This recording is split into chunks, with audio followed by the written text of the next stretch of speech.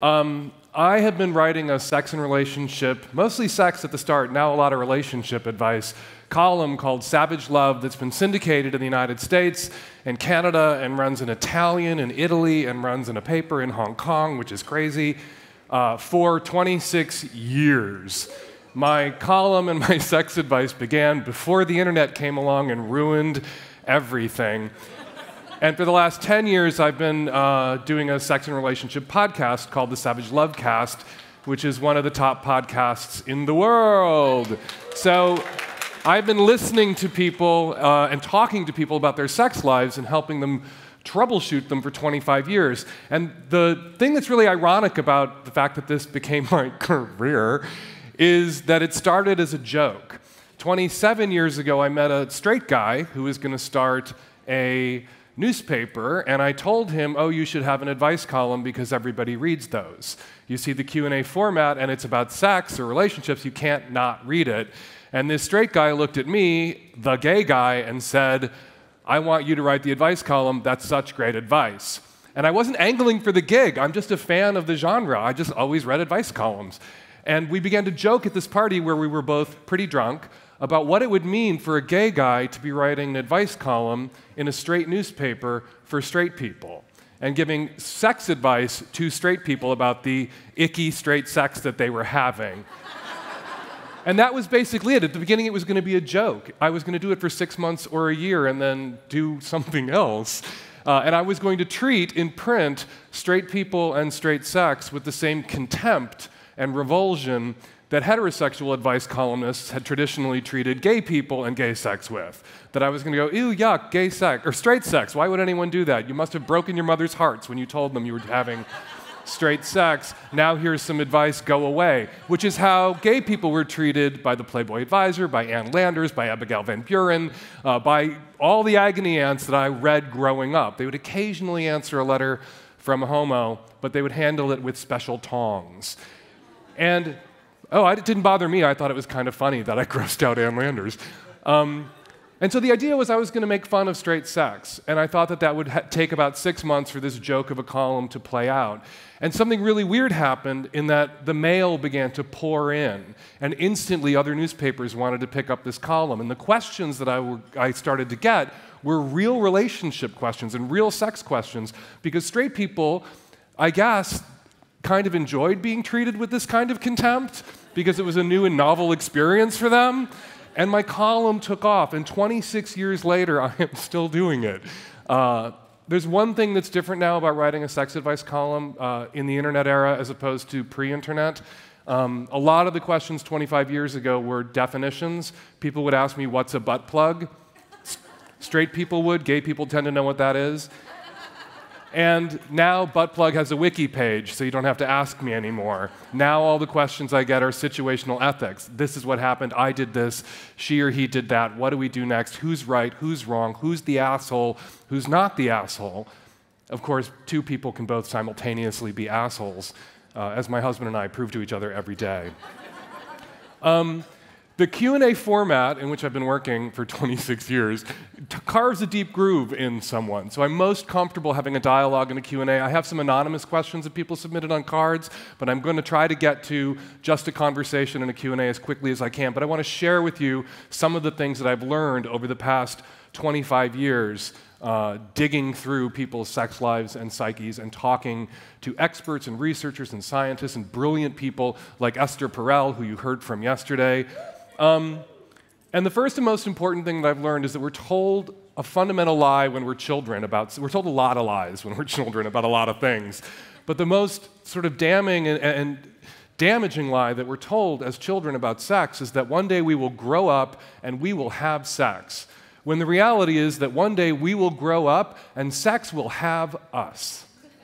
Sex is older than we are, stronger than we are, 500 million years old, sexual reproduction. Sex built us through natural selection and random mutation. Sex created us. Sex has its own ideas about why we're here and what it is doing with us. And we pretend we are in charge of sex. We pretend we make all the decisions, and we are not in charge of sex.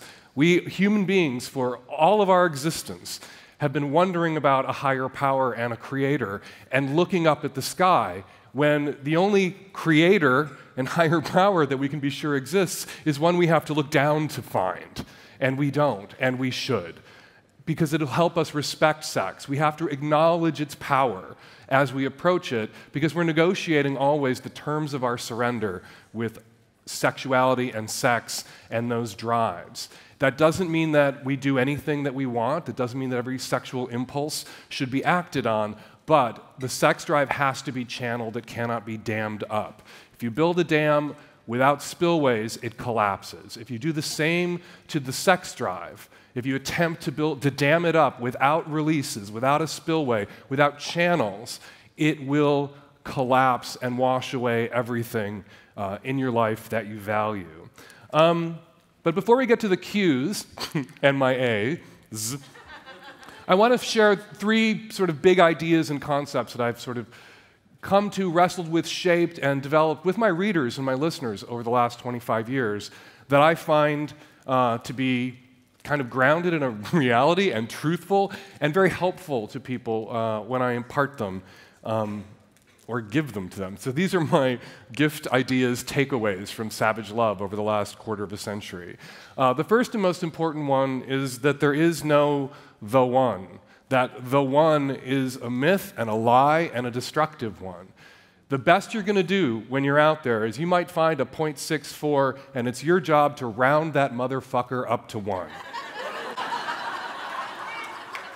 You find someone close and you make them the one, and it is an act of will, and it is a compliment, and it is deceit on some level, but it's mutual, because you know what? You're not their one either.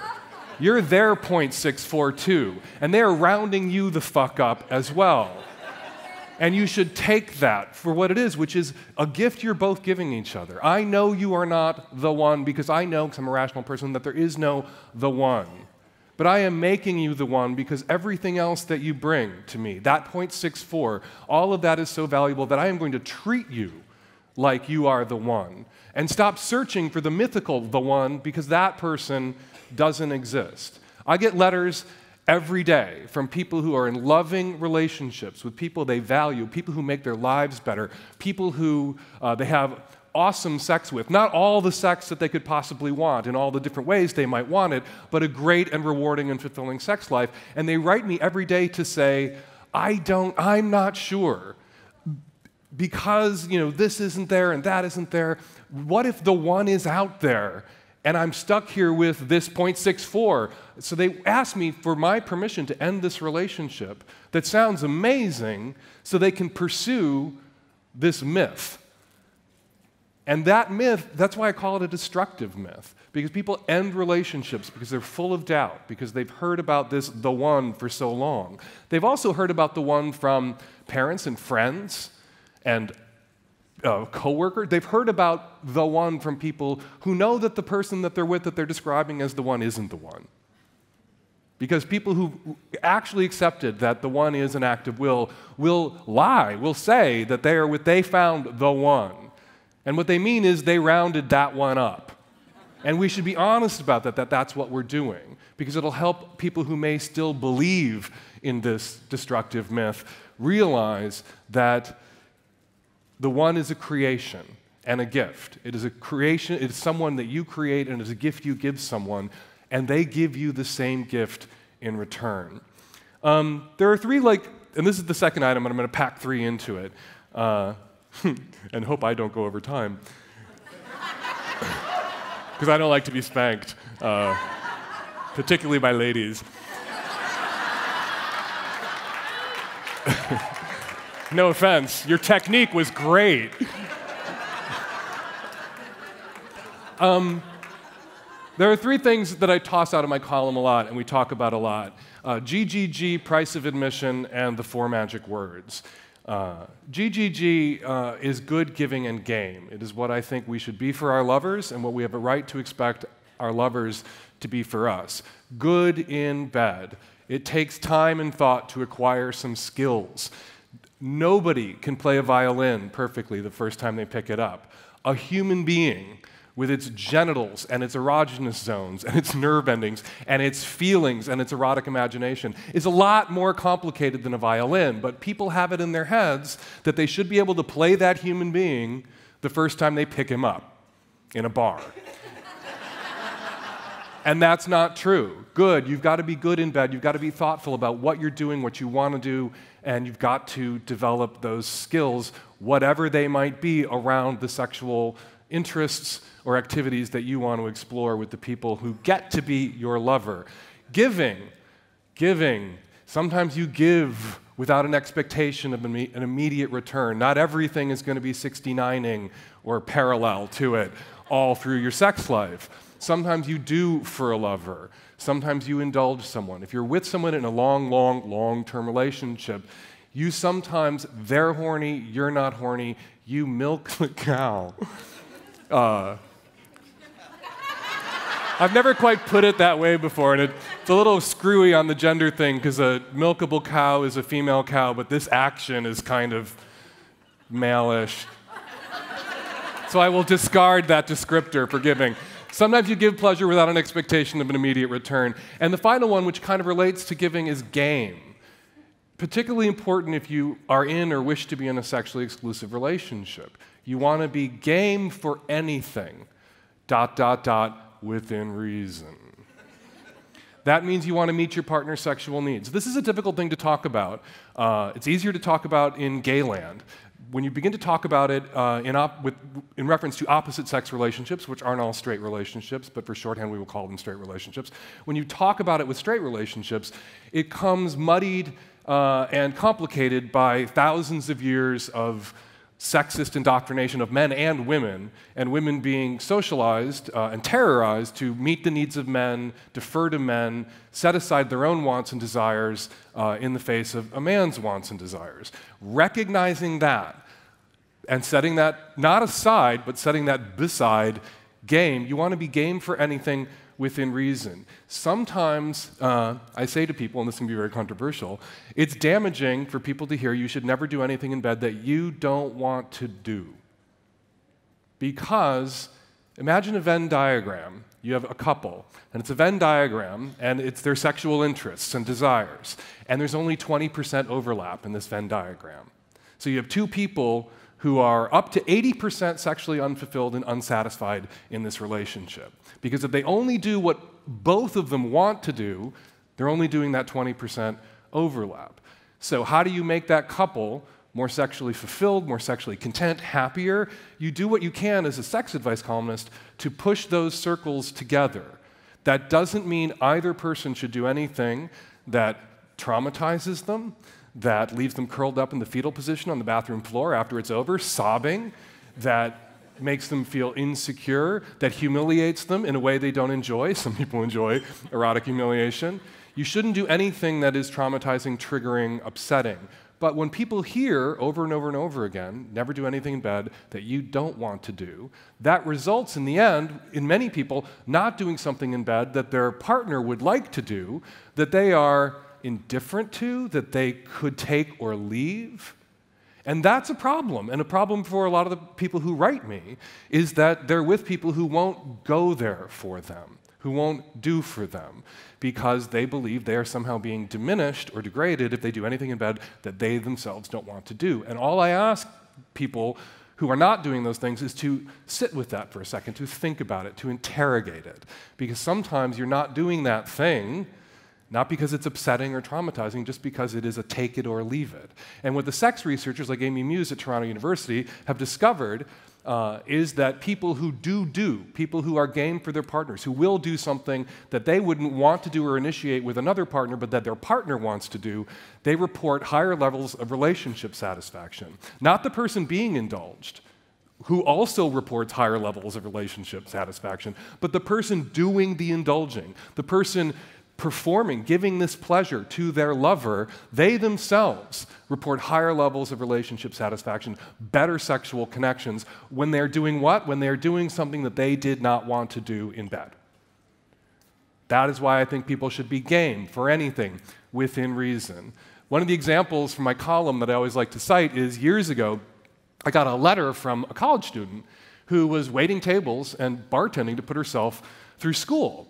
And she would come home to help put herself through school, also with loans in America. And she would come home at the end of a long shift, and her boyfriend would massage her feet for a mysteriously long time. And then one day he confessed to her that he had a foot fetish, and she broke up with him because she didn't want to be with a pervert. And she was angry, in the letter that she wrote to me, that this thing that she had believed to be this giving and selfless act was, on some level, a selfish act. That it wasn't just about being kind to her and indulging her, it was also about him indulging himself. And men often have a hard time sharing their kinks, 100 to 1. Paraphilia's kinks, men, typically, that's the old stat. Men are, for every 100 people who have a kink, who have a paraphilia, 99 of them are going to be men. That stat now, I think, has been torn down a little bit by the 50 Shades of Grey phenomenon. We know that women are also kinky. Women are less entitled often to act on their desires, to own them until often later in life, when women begin to really own their sexualities in a way that young women often have a block or a problem with. And I've lost my place because I smoke a lot of pot. Oh, the foot fetish girl. I'm from Washington State. Pot's legal there. What can I say? She broke up with her boyfriend and wanted me to endorse that breaking up. And her question to me was, where do I meet a guy who isn't a weird pervert? And I told her I had no idea, but if she ever found out, she should let me know, because I'm occasionally asked that question. I also told her that if you break up with the honest foot fetishist, in the end, because karma, you will marry the dishonest necrophiliac. A foot fetish, I think, falls under game for anything within reason. He enjoys touching your feet. He enjoys licking your feet. If having your feet slobbered all over every once in a while, if indulging him, if saying, tonight it's going to be a foot night, doesn't make you feel awful, if you didn't grow up and get sent to a boarding school where all punishment was administered to feet, I think that's something that you should do. I think that's a place that you should go for them, for the relationship, for everything else. And then you have a right to expect that you will be similarly indulged and pleasured and taken care of. That game is a two-way street, not a one-way street. And so that woman who broke up with that guy, I think, was fucking crazy. Because if you meet a good and loving and tender and smart, challenging person who has a mild, indulgible kink like that, and you break up with that person over that kink, you're fucking crazy. And one of the reasons you're fucking crazy, they just did paraphilia. I already used that word. Paraphilia literally means non-normative sexual desire, or is defined as non-normative sexual desire. They have just done this big study out of the UK where they wanted to assess and measure the ubiquity of paraphilias. How common are paraphilias, these non-normative sexual desires? And what they found was that a majority of humans, way over 50%, are paraphiliacs, have non-normative sexual desires. So it is not non-normative to have a paraphilia. It's actually normative to have a paraphilia. What we know now, the study of human sexuality is only about 80 years old. And what we know now about human sexuality is that deviance is the norm.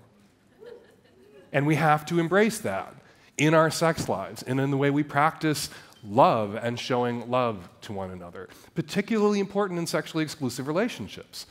If you're with someone and they have a foot fetish, if you're dating, and if your wife, after 20 years of marriage, gets her hands on 50 Shades of Grey or sees the terrible movies and is suddenly inspired by this, bust out the feet, bust out the rope, make it happen. You want your long-term partner to look at you and see the reason they get to, not the reason they can't. Unless it's something fucking crazy, hence the ... within reason. Wants to lick your feet? Okay. Wants to shit in your mouth? No. Sorry to use such an extreme example right before lunch, but I think it's the best illustration of the point. The internet exists in part to skim I want to call it the cream, but some people might describe, no, to skim off the top of the dating pond, the necrophiliacs and the corpophiliacs and the people into really hardcore crazy kinks. The internet exists in part to help those people find each other and make a dating scene that's viable for the furries. Wants you to wear a fursuit for 6 hours and sweat to death, maybe not within reason, right? But the internet exists to help furries find each other, and so that they have a dating scene now that works. Same for, I'm not equating furrydom with corpophilia. If there are any furries here, you're going to yell at me after for that. And corpophilia means shit play. Sorry, I already mentioned it. So yeah, nothing within reason. That's not within reason. You shouldn't do those things. That's GGG in a disgusting nutshell. And the last thing, and this ties to, well, not the last thing of this three-part things I've learned second section. The last thing that, and it's something that as a gay person, I quickly got a sense of writing the sex advice column and relationship advice column for straight people. There are some different dynamics in gay land. Some of them are emotional, some of them are about a sort of a single gendered universe, but some of them are mechanical. And a lot of people, and I think a lot of straight people intuit this, and I think it's true. It's why so many straight people who have gay friends will go to their gay friends for sex advice. Even if their gay friends aren't me, they will go to their gay friends for sex advice, because I think a lot of straight people kind of have this feeling that gay people know more about sex, have more sex, and are better at it than straight people are. And I am here to tell you that that is true. And it is not because we are magic. We are that also, but that has nothing to do with this. We're not magic. The reason we know more, are better at it, and have more, which is a double-edged sword in gay land, but the reason we know more and are better at it is because we communicate. And that's just an obvious point. That's what everybody here is partly telling everybody to do. Communicate, communicate, communicate with your lovers, your long-term partners, with your spouses. Communicate. And here's the thing about the gay experience that makes that so much easier.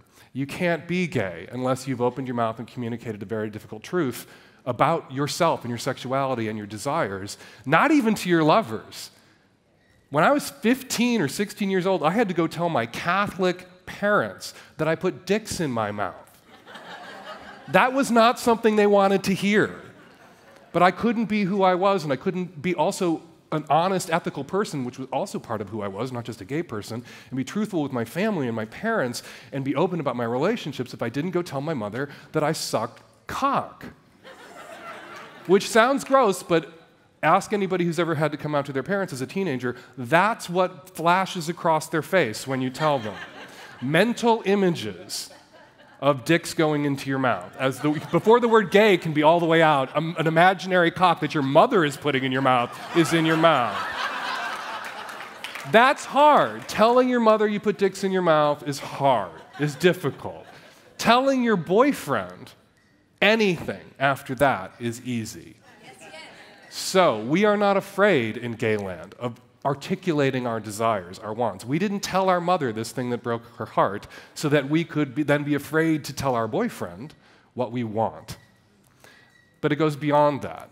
And this is central to a problem with heterosexual sex, as much as I admire it, and I've been toiling in the vineyards of heterosexual sex for 25 years. When straight people get to yes, when straight people get to consent, typically, when you make generalizations about billions of people, there will be tens of millions, hundreds of millions of exceptions. The odds that exceptions are here in the room, I think, are higher than if we just randomly grabbed 800 people off the street. But typically, when straight people get to yes, two straight people for the first time are going to bed, a man and a woman, they get to consent, they get to yes, and they stop communicating. Because everything after that is a given. It's the default setting of vaginal intercourse. They've agreed to have straight sex. It's PIV, penis and vagina. PIV, as we call it in the trades. And so what else is there to talk about? Maybe there'll be some rolling around and kissing, maybe some oral tossed out as foreplay, but these two people have agreed to have sex, this man, this woman. Vaginal intercourse. Nothing left to discuss. And all too often, and tragically, no more discussion. Two guys go to bed for the first time. Two gay guys get to yes, they get to consent. And it is the beginning of a whole other conversation. What the fuck is gonna happen now? Nothing can be assumed. They have to negotiate what happens next. And if there's anything that straight land should steal from gay land, the way we've stolen marriage from you,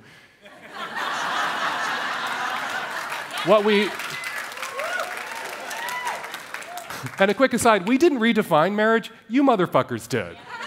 You redefined it in such a way that you can no longer make a logical case to exclude same-sex couples from the institution as you define and practice it. It used to be gendered, used to be about property, used to be about gendered slavery, and now in the West it is the legal union of two autonomous and equal individuals, and they get to decide for themselves what their marriage is.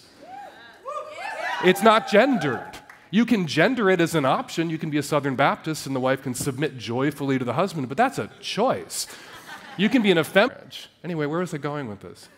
Oh, we stole marriage from you. Here's what we're going to give you guys in return. Here's what you should take from us. I call it the 4 magic words. It begins every gay sex encounter. Whether it's the first time 2 guys who are dating are going to do it and they waited 6 months, or it's the first time 2 guys who just met on Grindr are going to do it. What are you into? What do you want to do? And implicit, anything out. And often, and this blows some straight people's minds, young straight people, I write to a lot of college students, I speak to a lot of college students, often what one gay guy will say when the other asks, what are you into, is, I'm not into anal. Imagine a man and a woman going to bed, and the man saying, what are you into? And the woman saying, not into vaginal.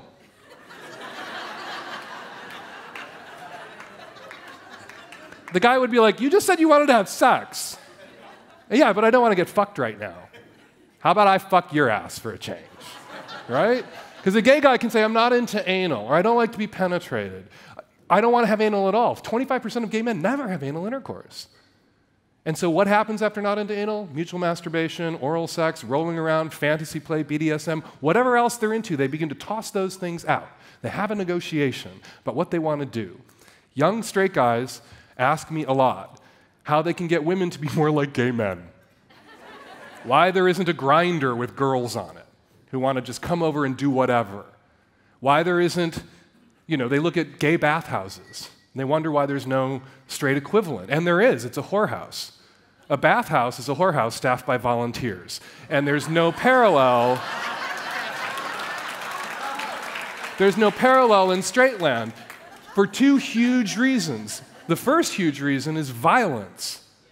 Why aren't women as willing to be as sexually impulsive as men? Intimate partner violence, rape, sexual violence, unplanned pregnancy. The risk of pregnancy is one way. Sexually transmitted infections, likelier to go from male to female than female to male. Slut shaming, which is not just something men do to women, but also something women do to each other, falls exclusively on the shoulders of women. The social and physical costs and risks of impulsive sex, of anonymous sex, so much higher for women.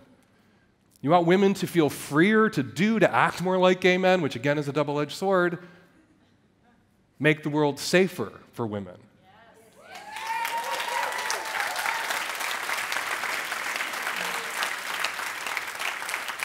And the other impediment, besides violence, is the lack of what are you into, the lack of that question. I'm always telling college-age straight guys, much to the consternation of the administrators who bring me to colleges to talk, if every time, as a man, if every time you said yes to sex, your ass got fucked, you wouldn't say yes as often as you might otherwise.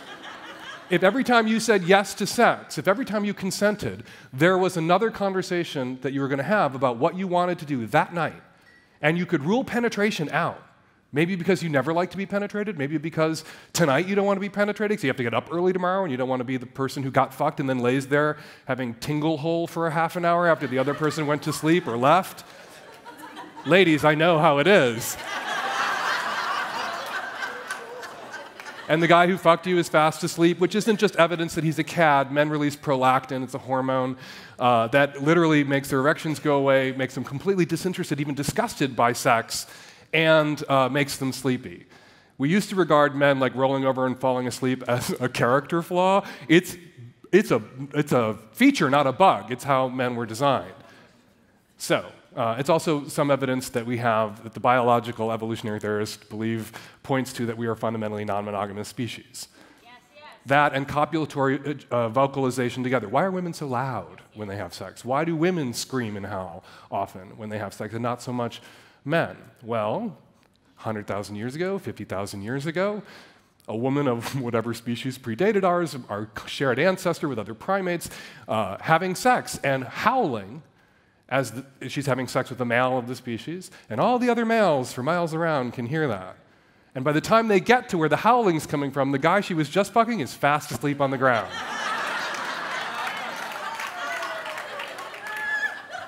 But if women were asked by men, or able to ask also of men, what are you into? And like gay people could rule anything in, anything out, including ruling out vaginal intercourse, including ruling out penetration, straight people and straight couples, even long-term straight couples, would have a lot more sex than they do. If you broaden your definition of sex to include non-penetrative sex play, and you don't treat those things like tragic consolation prizes that you're being given in place of the trophy you hoped for, you will have a better sex. It's magic. Define more things as sex, be happy to have that kind of sex, and you will have more sex. That's what happens in gay land. We give it to you in exchange for marital rights. Monogamy. It's a nice idea. But it is literally the only thing humans do where 100% perfection, perfect execution, is the only standard of success. If you are the world's greatest snowboarder and you are covered in gold medals, you can get on a mountain and snowboard down it and fall on your ass and get up and still be the world's greatest snowboarder. If you are the world's greatest chef, you can burn a fucking omelet one day and still be the world's greatest chef. If you are with someone for 50 or 60 years and you cheated on them one time, you are terrible at monogamy. It's an impossible standard of perfection, and it's why we all fail at it. Those who attempt it almost all fail at it. The stats around infidelity, stats around cheating, are a little fuzzy because, oddly, when you get people on the phone and ask them if they've ever cheated on the spouse who might be sitting next to them, they don't say yes every time. But roughly, the estimates, and these are rough figures, historically, when they first began asking these questions in the 60s, 70s, 80s, 60-ish% of men, 60, 65% of men, 35, 40% of women in long-term committed relationships cheat. All those men and women not married to each other. So the odds that any one relationship, long-term relationship, that there will be an infidelity, pretty fucking high. The stats now, people used to look at that stat, 65%, 60% of men, 35, 40% of women, and go, women are so much better than men. Women are the guardians of the monogamous ideal. Women are naturally pair bonding, naturally monogamous. Now you look at the stats for people under 40, men and women under 40, and we have achieved parity. Not on pay yet, but on this. 50%, 50%, men and women cheating now, under 40. And what does that tell us? That tells us that in the 60s and 70s, for a man to get caught cheating was a lot less risky than for a woman to get caught cheating. The economic consequences of divorce and also slut-shaming were much higher for her. Now that more women earn their own money, have their own jobs, have their own careers, have social networks that aren't all filtered through their husband or their husband's workplace. So that difference in the infidelity stat was always about power and never about virtue. And it's roughly evened out. And again, still, the 50% of men, 50% of women under 40 who've already cheated and have the rest of middle age to top up, not all married to each other. So the odds that two people in a monogamous relationship, in a monogamous committed marriage, that marriage will be touched by the infidelity angel at some point are really, really fucking high. And we tell people, and people believe, that if someone touches someone else, someone who's committed to you, made a monogamous commitment to you, touches someone else with their genitals, even once, they didn't love you. They never loved you. That your entire relationship was a lie, and the only corrective is divorce. You must leave that person. We define it as an unforgivable betrayal, and then we experience it as an unforgivable betrayal. And we sit around with our thumbs in our asses wondering why the divorce rate is as high as it is. When what we should be telling people is that you will grow up, you will fall in love, perhaps if monogamy is right for you or what you think you want, and a lot of people think they want it and actually don't. You will make a monogamous commitment, and asterisk, that doesn't mean because you're in love, you're not going to want to fuck other people. You're still going to want to fuck other people, so is your spouse. What monogamy means is you will refrain from fucking other people. Hopefully. And if you make it through 50 years and they cheated once or twice and you cheated once or twice, you were good at monogamy. You get a monogamy gold medal like the snowboarder who fell down that day. You should have a monogamy gold medal around your neck, not a noose around your neck. If we regarded monogamy the way we regarded sobriety, we talk about monogamy as if it were some other kind of virginity. You're a virgin until you fuck someone or get fucked by someone, and you've lost your hymen, whether it's literal or spiritual, popped, gone, you're no longer a virgin. We should talk about it the way we talk about sobriety. You're sober, but you can fall off the wagon, and you can get back the fuck on the wagon. You can sober the fuck back up. And if we talked about it that way, we would be saying to people, value the relationship more than the perfect execution of the ideal. I've been with my husband for 23-ish, 4-ish years, I can't remember. It's been a long time. And for 18 of the last years, we have been non-monogamous. I have had conversations with people in monogamous who are appalled by the fact that we're public about it, that I've talked about it, the fact that we're parents and we've talked about it publicly. And this is how these conversations have gone. I've had people look at me and say to me, I could never do what you and Terry have done because I value commitment and loyalty too highly. And I look at them like, I don't say anything, but I'm thinking, you don't think I want what? And the next thing out of the motherfucker's mouth is, all 3 of my marriages have been monogamous. And I'm like, oh, what you're committed to and loyal to is monogamy. Not these assholes you keep marrying and divorcing, but monogamy. We are committed and loyal to monogamy to such an extent that we are not committed and disloyal to the people we've married. And that is crazy. That is cart before the horse shit. And we need to correct that. That doesn't mean everyone should be in an open relationship like we are. That doesn't mean everyone has to be polyamorous or non-monogamous or monogamish. That means everyone needs to have realistic expectations, and that monogamous relationships are likelier to survive the long haul, including the near inevitable infidelity, if we talk about it this way instead. I am not talking about it this way to talk anybody out of making or staying in the making a monogamous commitment or staying in the monogamous relationship that you are in now, if that is what you want. I am trying, when I talk to monogamous people, to troubleshoot the likely coming catastrophe. There's a British writer whose name escapes me because pot, who said that every monogamous relationship is a disaster waiting to happen. But it's only a disaster waiting to happen, I would point out, if we continue to talk about monogamy and continue to talk about infidelity as always and everywhere a relationship extinction level event, because then we will perform that when it comes. Now, there are degrees, and we have to judge, I think, infidelities not by, it's an infidelity, to the electric chair. We have to judge an infidelity on its own demerits. Fucked your sister on your wedding night? Probably can't get past that. Nor do I blame you. Probably divorce. I might advise that. I've advised people who've been cheated on in certain circumstances to pull the plug or slit the throat, depending. But together 20 years, 25 years, children, family, property, 2 extended families knit together, a history together, a home that you've both inhabited and you've both built out where you feel comfortable and relaxed and safe. Let's put all that on the scale on this side, right? All of that, children, family, property, history, extended families, social status, position in the community, all on one side of the scale. Hand job from a masseuse on a business trip.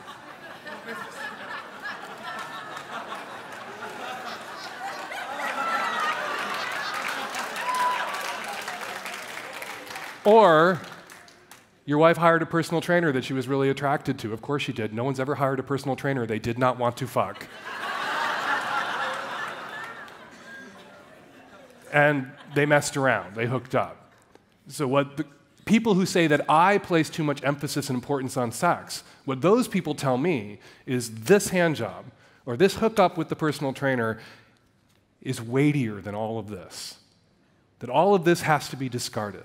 That this is so colossally heavy that when you toss it on the scales, this might as well be a feather, and this has to be blown away and thrown away.